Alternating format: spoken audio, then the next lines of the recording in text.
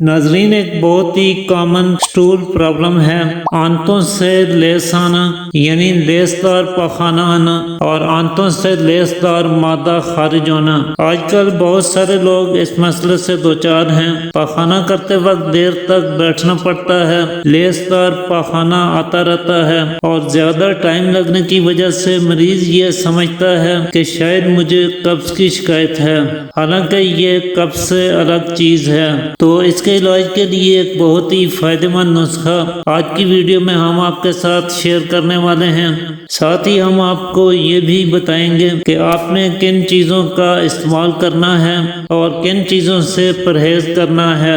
تو چلیے سب سے پہلے اس بہترین سے نسخے کو تیار کر لیتے ہیں، اور اس کے لیے آپ کو صرف 3 چیزوں کی ضرورت ہوگی۔ پہلے نمبر پہ آپ نے تیز پات یعنی تیز پتہ لینا ہے۔ عام طور پہ کھانوں کی خوشبو اور لذت کو بڑھانے کے لیے اسے استعمال میں لایا جاتا ہے۔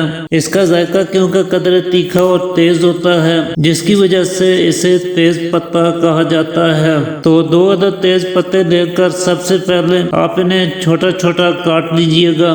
تیز پتہ آپ کے معدہ اور آنتوں کے لیے بہت ہی فائدہ مند چیز ہے، خاص طور پہ اگر معدہ اور آنتوں کا فعل سست پڑ جانے کے باعث غذا ٹھیک طرح سے ہضم نہ ہوتی ہو، ایسے ہی ڈائجسٹ ہوئے بغیر نکل جاتی ہے یا گیس بہت زیادہ بنتی ہے، تیزابیت اور ایسیڈیٹی کے باعث کھٹے ڈکار آتے ہیں، پیٹ پھولا ہوا رہتا ہے یا پھر پیٹ کے آس پاس چربی بڑھنا شروع ہو جاتی ہے۔ تو ایسے میں تیز پتہ استعمال کرنے سے بہت فائدہ ہوتا ہے اور یہ تمام شکایات دور ہو جاتی ہیں۔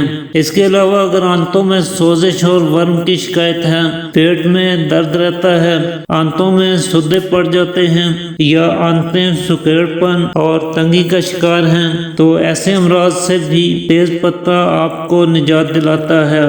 تو اسے کاٹنے کے بعد اب دوسرے نمبر پہ جو چیز آپ اس میں استعمال کریں گے وہ دار چینی ہے۔ دار چینی آپ کے معدہ کو اور آنتوں کو تقویت دیتی ہے۔ رطوبات یا بلغم کی زیادتی کے باعث اگر بھوک کم ہو جائے یا ہاضمہ خراب رہنے لگے تو ایسے میں آپ دار چینی کا استعمال کر کے فائدہ اٹھا سکتے ہیں۔ چنانچہ 1 عدد دار چینی کا ٹکڑا بھی آپ لے لیجئے۔ اس کے بعد تیسرے نمبر پہ آپ نے لونگ کا استعمال کرنا ہے۔ لونگ بھی معدہ اور آنتوں کے افعال کو درست کرنے میں نمایاں کردار ادا کرتا ہے۔ اس کے استعمال سے بھوک کی خواہش بیدار ہوتی ہے اور ڈائجسٹو سسٹم امپروو ہوتا ہے۔ تو 2 عدد لونگ بھی اس میں شامل کیجئے۔ اب ایک برتن میں 2 کپ پانی لے کر ان تینوں چیزوں کو اس میں شامل کریں اور پھر اسے چولہے پر چڑھا دیں۔ جب پانی 1 کپ کے قریب باقی رہ جائے تو چولہے سے اتار کر اسے فلٹر کر لیں اور حسب ذائقہ میٹھا کر کے نوش فرمائیں۔ اس نسخے کے استعمال کے دوران آپ نے جتنی بلغم پیدا کرنے والی چیزیں ہیں اور قابض اور دیر ہضم چیزیں ہیں ان سے ضرور پرہیز کرنا ہے۔ دودھ، کھیر، کسٹرڈ وغیرہ اور میدہ سے بنی چیزوں سے پرہیز رکھیں۔